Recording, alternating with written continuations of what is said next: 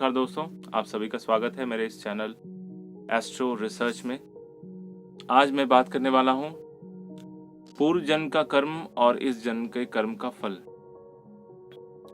क्यों पूर्व जन्म के कर्म में या उनके फलों में ऐसी क्या बात होती है जो आप उसको इस जन्म में भी लेके आते हैं। कई बार आपको समझ में नहीं आता है कि इस जन्म में होने वाली घटनाएं आपको क्यों इतना ज़्यादा परेशान कर रही हैं। मतलब आपके साथ जो भी घटनाएं हो रही हैं वो आपके साथ क्यों हो रही हैं। देखिए, पूर्व जन्म और जो हमारा कर्म है इसमें एक बहुत सिमिलैरिटी ये है कि अगर आप जो भी काम करते हैं, जो भी कर्मा करते हैं, वो आपके रिकॉर्ड में होता है। अब शायद उसको आपका दिमाग याद ना रखे, यानी जो आपका चेतन मन है उसे याद ना रखे, लेकिन अवचेतन मन हर एक घटना को याद रखता है, हर एक सेकंड को याद रखता है। हमारा चेतन मन अवचेतन मन के साथ सही से मैच नहीं हो पाता है। इस वजह से जो है हम अक्सर प्रॉब्लम का सलूशन बाहर ढूंढते हैं, जबकि उस प्रॉब्लम का सलूशन अंदर है। ज्योतिष या कुंडली में इसी चीज को ही दिखाया जाता है। ज्योतिष कुंडली सिर्फ इतना नहीं है कि 12 भाव है, 12 भाव में जो जो इफेक्ट होता है वो बता दिया, हो गया। नहीं, उससे आपके पेंडिंग कर्मा यानी पूर्व जन्म के कर्म को भी आप देख सकते हैं और उसका समाधान निकाल सकते हैं। पूर्व जन्म के कर्म का फल आपको कितना ज़्यादा इफेक्ट कर रहा है ये भी देख सकते हैं, और अगर वो इफेक्ट कर रहा है तो उसका उपाय क्या है ये भी कर सकते हैं। इस जन्म का कर्म तो है ही, इसलिए कहा जाता है कि जब भी कोई कर्म करें तो बहुत सोच समझ के करें। इवन हमारा कर्म जो सिर्फ हम दिमाग में सोचते हैं वो कर्म भी बहुत इम्पोर्टेंट रखता है, मतलब उसका इफेक्ट भी आपको मिलता है। जैसे अगर आप किसी पॉजिटिव चीज़ के बारे में सोच रहे हैं और आपके मन में ये उठता है कि काश मेरे साथ भी ऐसा होता, मेरे पास एक गाड़ी होती, एक बड़ा घर होता, तो ये काश जो है ना, ये कर्म हो गया कि आपका अंतर मन यानी चेतन मन ये बहुत दिल से चाहता है। लेकिन अवचेतन मन को पता है कि आपने इस जन्म में क्या किया है, आपके पूर्व जन्म में क्या गड़बड़ी की है। तो पूर्व जन्म का कर्म अगर सही नहीं है तो इस जन्म में आप सपने देखेंगे, लेकिन वो सपने पूरे नहीं होंगे, या सपने पूरे होने में बहुत ज़्यादा रुकावटें आएंगी। जैसे किसी कुंडली में नवम भाव से और पंचम भाव से पूर्व जन्म को देखते हैं। तो नवम भाव में अगर कोई ऐसा ग्रह बैठा है, जैसे राहु बैठा हो, शनि बैठा हो, तो राहु बैठा रहने से होता यह है कि आपने पिछले जन्म में कुछ ऐसे कर्म किए हैं जो कि जबरदस्ती थे, जो आपने किसी के विरुद्ध किया और अपनी बात को रखने के लिए जबरदस्ती किया, जिस वजह से राहु जो है आपके नवम भाव में आ रहे हैं। और इस जन्म में आपके ऊपर भी सेम चीज हो सकती है, यानी आप करना नहीं चाहते हैं, लेकिन आपके घर वाले हो या आपके दोस्त हो, रिश्तेदार हो, कोई ना कोई आपको, या शायद आपके फादर भी हो, आपको वो काम जबरदस्ती करवाए, आपके मन के विरुद्ध है, आप नहीं करना चाहते, लेकिन आपके पिता के भाव में वो काम करना पड़े। दूसरी बात, पंचम भाव जो होता है नवम का नवम होता है, इस वजह से पंचम भाव से भी ये पता चलता है कि आपने पूर्व जन्म में किस तरह की घटनाएं की थी और उसका रिजल्ट आपको क्या मिला था।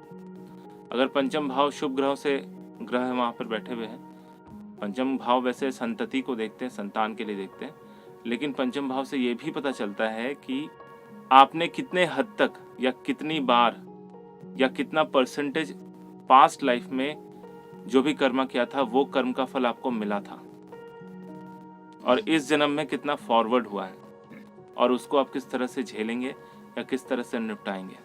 पंचम भाव में बहुत सारे ग्रह हैं या एक ग्रह है, तो ऐसी स्थिति में उस ग्रह से संबंधित चीजें आपके साथ घटित हो सकती हैं, क्योंकि संतति का वो प्लेस है। और होता क्या है, पंचम भाव को हम डीएनए भी देखते हैं। डीएनए के अंदर जो छुपा होता है वो पंचम भाव से दिखता है। तो आपका जो डीएनए है आपके नेक्स्ट जनरेशन के पास फॉरवर्ड होता है, तो इस वजह से आपका खुद का जो डीएनए है वो आपके प्रीवियस, मतलब आपके पहले वाले जो जनरेशन है उनका डीएनए है। तो इसी प्रकार से डीएनए टू डीएनए हर चीज़ ट्रांसफर होता जाता है, और पंचम भाव उसी डीएनए को ही दिखाता है। और नवम का नवम होने की वजह से पूर्व जन्म में अगर आपने अच्छे कर्म कर रखे हैं तो पंचम भाव में शुभ ग्रह रहेंगे या उनको दृष्टि देंगे। जैसे पंचम भाव में अगर बृहस्पति है तो इसका मतलब ये है कि पास्ट लाइफ में आपने बहुत अच्छे कर्म किए थे, जैसे ज्ञान अर्जन किया था, लोगों को ज्ञान बांटा था, या किसी एक विषय में आपकी एक्सपर्टीज थी, या आपके गुरु बहुत अच्छे थे, गुरु सानिध्य आपको अच्छा मिला था, ज्ञान का बहुत ज़्यादा विकास हुआ था, और इस जन्म में भी वो ज्ञान अब कंटिन्यू रहने वाला है। इसी प्रकार दूसरे ग्रह, मतलब जितने भी ग्रह हैं, वो जब पंचम में रहते हैं तो उनका इफेक्ट उसमें दिखने लग जाता है। जैसे अगर बुध रहे तो ऐसा व्यक्ति ज्ञान के साथ साथ हर वाक्पटुता में भी एक्सपर्ट था, पास्ट लाइफ में भी और इस लाइफ में भी। अगर बुध और बृहस्पति दोनों ही पंचम भाव में विराजमान है तो पुत्र संतान मिलने के चांसेस होते हैं। और दूसरा होता है कि दोनों की जो स्थितियां हैं, मतलब बुध और बृहस्पति, इसमें आपने पूर्व जन्म में सिर्फ एक्सपर्टीज नहीं की थी, बल्कि आपने पूर्व जन्म में उसको बांटा भी था, बहुत अच्छे से बांटा था, और आपकी एक बहुत ऊंची स्थिति थी। समाज में आपको लोग बहुत अच्छे से जानते थे, बहुत सम्मान देते थे, और वही चीज़ ब्रॉड फॉरवर्ड होके इस जन्म में आपको मिला हुआ है। तो इसी प्रकार कर्मा, पेंडिंग कर्मा, रीइंकार्नेशन मतलब पूर्व जन्म के कर्म और उसका इफेक्ट, ये सारी चीज़ें जो है ना हमारे कर्मों के साथ जुड़ी हुई हैं। तो जो भी कर्म हम करें उसमें हमारा ध्यान होना चाहिए, चाहे वो कर्म किसी बात को लेके सोचने में हो या आप सिर्फ आपके दिमाग में ही सोच रहे हो, तो भी बहुत पॉजिटिव चीज़ें ही सोचें। कोई भी नेगेटिव बात अगर आप सोचते हैं तो उसका इफेक्ट आपके ऊपर बहुत साफ साफ दिखता है।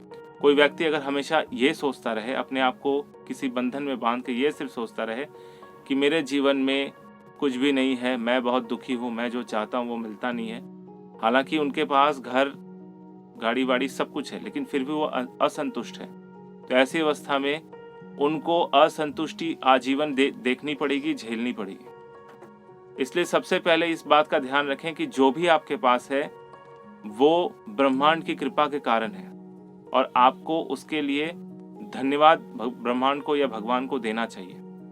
जो भी है, छोटा घर है तो छोटे घर के लिए धन्यवाद, सर पे छत है तो उसके लिए धन्यवाद, अगर बदन में कपड़े हैं तो कपड़ों के लिए धन्यवाद, अगर 3 टाइम खाने को मिल रहा है तो खाने के लिए धन्यवाद। जब आप धन्यवाद ईश्वर को, ब्रह्मांड को देते हैं तो वापस में आपको वही चीज़ 10 गुना बढ़ के मिलता है। अगर आप नेगेटिव बातें बोलेंगे, मुझे नहीं मिलता, मुझे नहीं मिलता, मेरे पास ये नहीं है, मेरे पास वो नहीं है, तो वही चीज़ 10,000 गुना बढ़ के आएगा, आपके पास कभी कुछ नहीं होगा, और जो होगा भी वो खत्म हो जाएगा, उसका कोई अस्तित्व रहेगा नहीं। इसलिए जो भी कर्म करें, कर्म में भी दो भाग है, एक है विकर्म और एक है अकर्म। अकर्म और कर्म कह लीजिए, विकर्म और अकर्म जो है वो ऑलमोस्ट सिमिलर है।